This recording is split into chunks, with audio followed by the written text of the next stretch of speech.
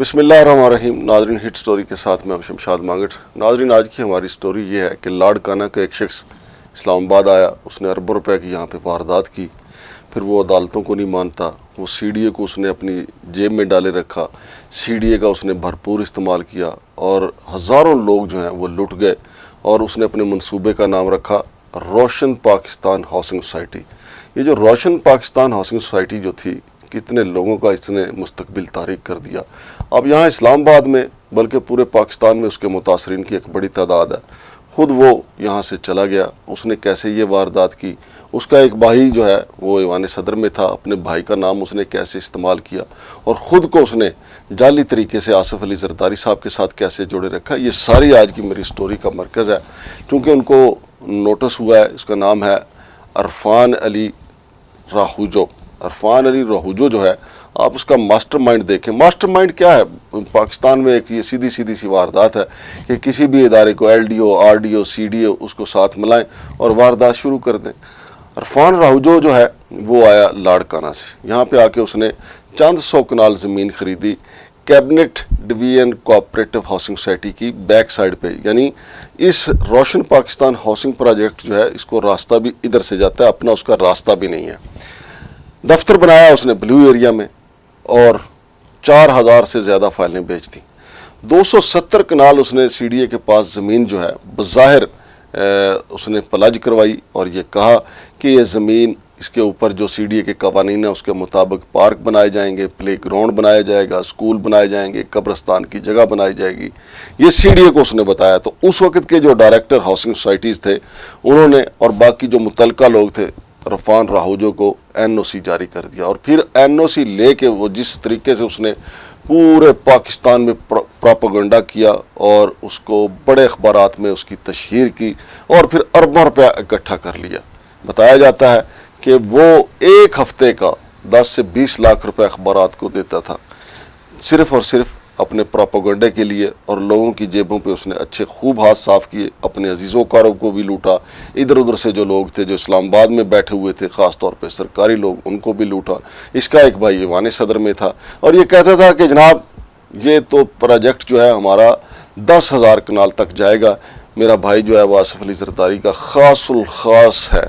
हालांकि हमने जब इस बारे में कन्फर्म किया कि अरफान राहूजो को ना पीपल्स पार्टी से ताल्लुक़ है, ना आसिफ अली जरदारी साहब से ताल्लुक़ है, ये एक टिपिकल इसने जो पाकिस्तान का माइंड सेट है उसको इस्तेमाल किया और सीडीए के जो उस वक्त की काली भेड़ें थी उनको साथ में लाया और ये अरबों रुपए की वारदात कर ली। अब नाजरीन आगे चलिए, हुआ क्या? हुआ ये कि सीडीए का जो प्लानिंग सेक्शन है वहाँ पे शिकायत आना शुरू हो गई। पता चला कि इन्होंने 270 कनाल जो ज़मीन प्लाज करवाई थी उसको इन्होंने रेजिडेंशियल प्लाट बना के बेच दिया है, कुछ पे कमर्शियल बना लिए हैं मौसूफ अरफान राहूजो ने। तो इनका एनओसी कैंसिल कर दिया गया। सवाल ये है कि एनओसी तो कैंसिल कर दिया, लेकिन जिन्होंने एनओसी जारी किया था, अब सीडीए को, प्लानिंग विंग को ये देखना चाहिए कि जब एनओसी जारी किया गया तो उसकी रखवाली क्यों नहीं की गई? 270 कनाल ज़मीन की रखवाली क्यों नहीं की गई? क्यों 270 कनाल जो ज़मीन प्लाज की गई थी, क्यों उसकी हिफाजत नहीं की गई? और दूसरा ये कि एक शख्स के पास चंद 100 कनाल थी, उसने इस्लामाबाद के ब्लू एरिया में बैठ के हज़ारों फाइलें किस तरीके से फ़रोख्त कर दी। मेरे ज़रा इस बात की तस्दीक कर रहे हैं सीडीए के कि अब पता चल रहा है कि इसने तकरीबन 5000 प्लाटों की फाइलें फ़रोख्त कर दी। अब इससे आप अंदाज़ा लगा लें नाजरीन। और लोगों को इसने ये कहा ये सरकारी प्रोजेक्ट है, रोशन पाकिस्तान प्रोजेक्ट। अब देख रहे रोशन पाकिस्तान प्रोजेक्ट नाम ही इसने ऐसा रखा कि ऐसा लगता है कि कुछ सरकारी प्रोजेक्ट है। अब नाजरीन, जब प्लानिंग विंग की तरफ से एक रेफरेंस जो है वो सीनियर स्पेशल मजिस्ट्रेट जनाब सरदार आसिफ अली को भेजा गया कि इनके ख़िलाफ़ कार्रवाई अमल में लाई जाए, तो उन्होंने 25 नोटिस इस शख्स को, अरफान राहूजो को भेजो, लेकिन ये अदालत में पेश नहीं हुआ, चूँकि उसको पता है कि अदालत मेरा क्या कर लेगी।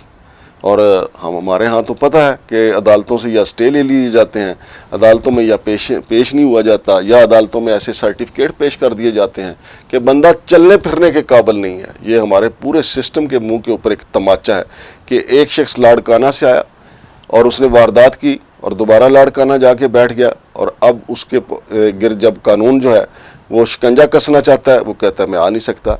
अब नाजरीन, जो 11 जून को इसकी पेशी थी तो अदालत ने उसको कहा था اپنے اس میں جو اس کو نوٹس طلبی کا جاری کیا گیا تھا، جو اس کے وارنٹ جاری کیے گئے تھے کہ اگر آپ پیش نہ ہوئے تو آپ کا شناختی کارڈ، آپ کا پاسپورٹ اور دیگر دستاویزات جو ہیں جو آپ سے متعلق ہیں وہ ساری کی ساری جو ہیں وہ ضبط کر لی جائیں گی۔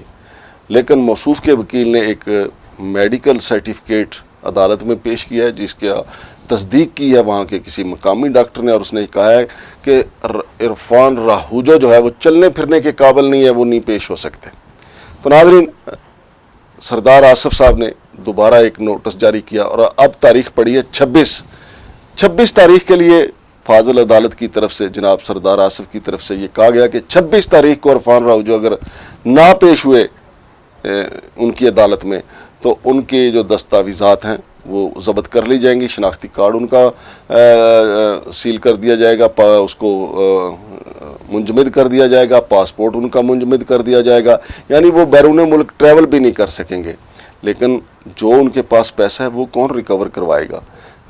مجھے سردار آصف صاحب سے کوئی گلہ نہیں، سردار آصف صاحب کے پاس جب کیس آیا تو انہوں نے اس کے اوپر کارروائی شروع کر دی، لیکن سوال یہ ہے کہ 25 نوٹسز ناظرین 24 بھیجے جا چکے ہیں، یہ 25واں نوٹس اس شخص کو گیا ہے، اور عدالت نے اپنے نوٹس میں بھی لکھا ہے کہ آپ عدالت کو کچھ نہیں سمجھتے، آپ عدالت کے بھیجے گئے نوٹسز کو کچھ نہیں سمجھتے، آپ کیوں پیش نہیں ہوتے؟ اور ناظرین، میرے پاس ایسی میں نے جو پہلا پروگرام کیا اس کے بعد لوگوں کی اتنی فون کالز آئیں مجھے، ایک شخص نے مجھے کہا کہ ہم نے اس کے پاس سے پلاٹ لیا اور اس نے کہا کہ سال کے اندر اندر آپ کو قبضہ دوں گا اور پلاٹ بنا لیں، اور ہم نے وہ پلاٹ اس لیے خریدا کہ میری بیٹی کی شادی تھی کہ میں نے یہ سوچا میری بیٹی وہاں پہ گھر بنا لے گی، لیکن بیٹی کی جہیز کے لیے رکھے گئے پیسے بھی گئے اور اس شخص نے آج تک 10 سال ہو گئے اس قبضہ نہیں دیا۔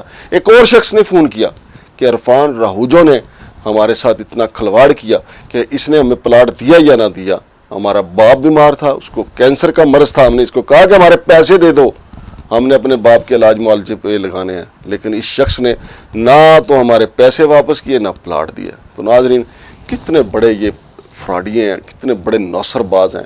نشاندہی آپ کے سامنے میں تو کرتا رہتا ہوں۔ اب یہ سی ڈی اے کے لوگ جنہوں نے اس کو این او سی دیا تھا، پھر یہ 270 کنال کا معاملہ ہے۔ اب جو نوٹس جاری کیا ہے عدالت نے، میں آپ کو ناظرین یہ بھی بتا دوں، 2 ارب 70 کروڑ کا ان کو نوٹس دیا سردار آصف صاحب نے کہ جو زمین کی مالیت لگائی گئی ہے وہ 2 ارب 70 کروڑ جو انہوں نے پلج کروائی تھی، مختص کروائی تھی پارکوں، پلے گراؤنڈ اور سکولز کے لیے، تو اس کو انہوں نے وہ بھی فروخت کر دیا ہے۔ عدالت کی کوشش یہ ہے کہ اس زمین کا یا تو پیسہ ان سے واپس لیا جائے یا یہ زمین ان سے واپس لی ہے، کچھ بھی کیا جائے، لیکن یہ ایک چھوٹا سا پورشن ہے جو 2 ارب 70 کروڑ والا ہے، 270 کنال والا، لیکن جو لوگوں کی جیبوں میں سے ہزاروں لوگوں کی جیبوں میں سے پیسہ نکال کے یہ عرفان راہوجو لاڑکانہ میں جا کے بیٹھ گیا، وہ کون نکالے گا؟ اب لوگ کہہ رہے ہیں کہ ہمیں تو امید ہے یا غیبی مدد آئے گی یا نیبی مدد آئے گی۔ غیبی مدد تو آپ سمجھ دیں نا کہ اللہ کی طرف سے مدد آئے گی۔ اگر اس کی یہ جو اس نے میڈیکل اپنا پیش کیا ہے، میڈیکل رپورٹ پیش کی عدالت میں، اگر یہ سچ ہے تو اس عرفان راہوجو سے جا کے پوچھیں کہ اس پیسے کے لیے تم نے سارے فراڈ کیے، سارے قانون پامال کیے اور اپنی زندگی داؤ پہ لگائی، تو اب اس سارے پیسے کا کیا فائدہ؟ کوئی اور موج کرے گا، تو بیمار ہے، اگر واقعی یہ میڈیکل سچا ہے۔ لیکن اگر یہ میڈیکل سچا نہیں ہے تو کتنے میڈیکل بھیجو گے؟ آخر بکرے کی ماں کب تک خیر منائے گی؟ اسے قانون کے شکنجے میں آنا ہے، اور اگر غیبی مدد آ گئی تو اللہ کے تعالیٰ کی لاٹھی بے آواز ہے، اور اگر نیبی مدد آ گئی، نیبی مدد سمجھتے ہیں آپ؟ نیبی مدد سے مراد ہے اگر نیب والوں نے نوٹس لے لیا اور نیب والے لاڑکانہ سے اٹھا کے موصوف کو یہاں لے آئے، اسلام آباد لے آئے، تو یہ نیبی مدد ہوگی۔ نیبی مدد آئی وہ بھی غیبی مدد ہوگی، اور غیبی مدد جو ہے وہ نیبی مدد سے جڑی ہوئی ہے، لہذا نیب والوں اس شخص کو اٹھائیں لاڑکانہ سے، ادھر لائیں اور اس سے پوچھیں، اور یہ معاملہ جناب آصف علی زرداری صاحب کے نوٹس میں بھی لائیں کہ لاڑکانہ کا یہ فراڈیا آپ کا نام استعمال کرتا رہا ہے، یہ کیوں کرتا رہا ہے استعمال آپ کا نام، اور یہ ساری بدنامی جو ہے اس نے پوری کوشش کی ہے کہ آصف علی زرداری صاحب کے کھاتے میں ڈالے، لیکن جو قرین قیاس، جو حقائق ہیں، جو سچ ہے وہ یہ ہے کہ موصوف کا اپنا ماسٹر مائنڈ ہے جو اس نے لڑایا ہے، آصف علی زرداری کا نام استعمال کیا ہے، اربوں روپے لوٹا ہے۔ اب دیکھتے ہیں کہ یہ غیبی مدد کے ذریعے پکڑا جاتا ہے یا نیبی مدد کے ذریعے پکڑا جاتا ہے۔ شمشاد مانگڑ کو اجازت دیجیے، اللہ حافظ۔